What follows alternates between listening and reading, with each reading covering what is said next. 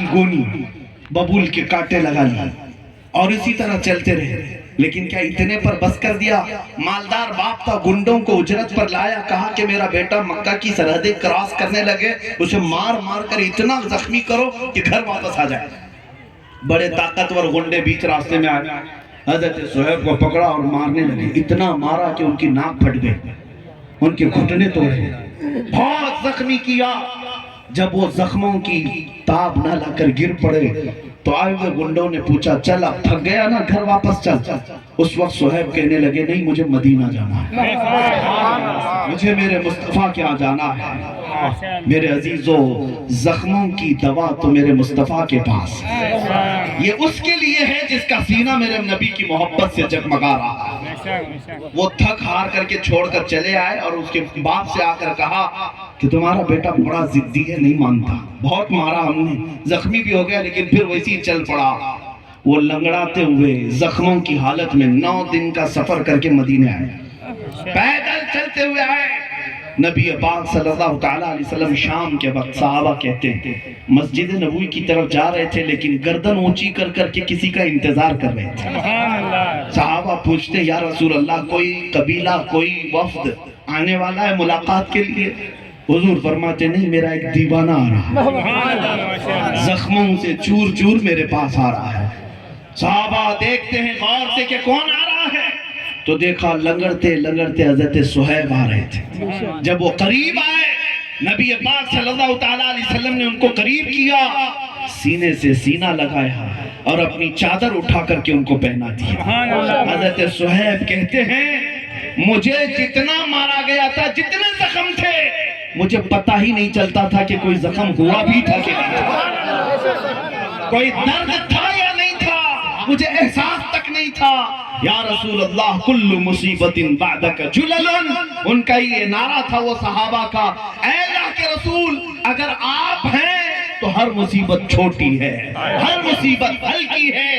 اسی لیے نوجوانوں حضرت صہیب نے کہا چادر پہن کر کے، ان کی وصیت تھی میں مروں گا بھی تو میرے کفن میں یہی چادر رکھنا، اس لیے کہ دنیا میں سب سے زیادہ اگر کوئی پیار کرتا ہے تو وہ ماں ہے، لیکن میرے ساتھ تو معاملہ ایسا ہے میری ماں نے بھی میرے کپڑے اتار لیے. جب دنیا میں ماں چھوڑ دیتی ہے مدینے کا تاجدار سینے سے لگاتا ہے، اسے اپنے دلوں میں جگہ دیتا ہے. اسی لیے میں کہتا ہوں اے نوجوانوں ان مصیبتوں سے نہ گھبرانا بلکہ میرے آقا کی طرف عرض کرنا یا رسول اللہ ہر ستم ہر مصیبت گوارا ہے، ہر ستم ہر مصیبت گوارا ہے. یا رسول اللہ ایک بار تو کہہ دو کہ تو ہمارا، یا رسول اللہ ایک بار تم کہہ دو کہ تو ہمارا ہے. بس اسی آس کے ساتھ جیتے رہو، وہ دن آئے گا جب ہماری آنکھیں بند ہونے کو ہوں گی، سرہانے کوئی اور نہیں میرے مصطفیٰ تشریف لائے. عزیزان گرامی وقار جب ہم قبر میں بھی پہنچیں گے تو ان کے چہرے نہیں دیکھیں گے، مدینے کے تاجدار کو دیکھیں گے. ان کے پاس جب جانا ہی ہے قبر میں سامنا کرنا ہے یا نہیں کرنا ہے؟ حشر میں حضور کا سامنا کرنا ہے یا نہیں کرنا ہے؟ جب سب جگہ تمہیں حضور کا سامنا کرنا ہی ہے تو اعلیٰ حضرت کی بات سن لو کیا کہتے ہیں. تم زندگی میں ہو یا قبر میں ہو یا حشر میں ہو، وہ جو نہ ہو تو وہ جو نہ ہو تو رسول اگر نہیں ہے تو کچھ نہیں ہے، تمہارا وجود بھی نہیں، نام بھی نہیں. ہاں ایک بات یاد رکھ لو، اگر یہ نام سے نسبت ختم ہو گئی کچھ نہیں ہے، بے جان لاشیں ہو. ہاں جیسے ابھی آپ نے دیکھا ایک رافضی کتا نکلا تھا 1 سال پہلے اور کہہ رہا تھا کہ میں قرآن بدل دوں گا اور کہہ رہا تھا کہ محمد کے چریتر پر میں کتاب لکھ دوں گا. میں پوچھتا ہوں وہ کتا کہاں گیا جس نے نام بھی بدل لیا، دھرم بھی بدل لیا اور جا کر دھوتی میں بیٹھا رہا؟ بعد میں پتا چلا کہ اس کو وہاں سے بھی لات مار کر کے گٹر میں بھیج دیا گیا. یہی تو اعلیٰ حضرت نے فرمایا تھا 100 سال پہلے، یا رسول اللہ جو تیرے در سے یار پھرتے ہیں در بدر یوں ہی خار پھرتے ہیں، در بدر یوں ہی خار پھرتے ہیں.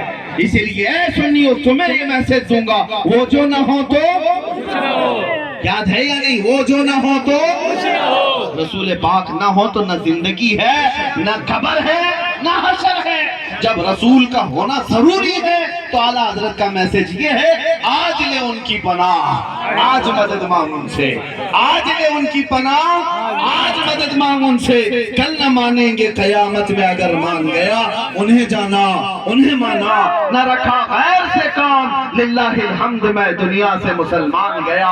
زندگی یہ نہیں ہے کسی کی کسی کے لیے، زندگی ہے نبی کی نبی کے لیے، نہ سمجھ مرتے ہیں زندگی کے لیے، ارے جینا مرنا ہے سب کچھ، جینا مرنا ہے سب کچھ، جینا مرنا ہے سب کچھ، یا رسول اللہ دہن میں زبان تمہارے لیے، بدن میں ہے جان، ہم آئے یہاں اٹھے بھی وہاں، وآخر دعوانا الحمدللہ رب العالمین۔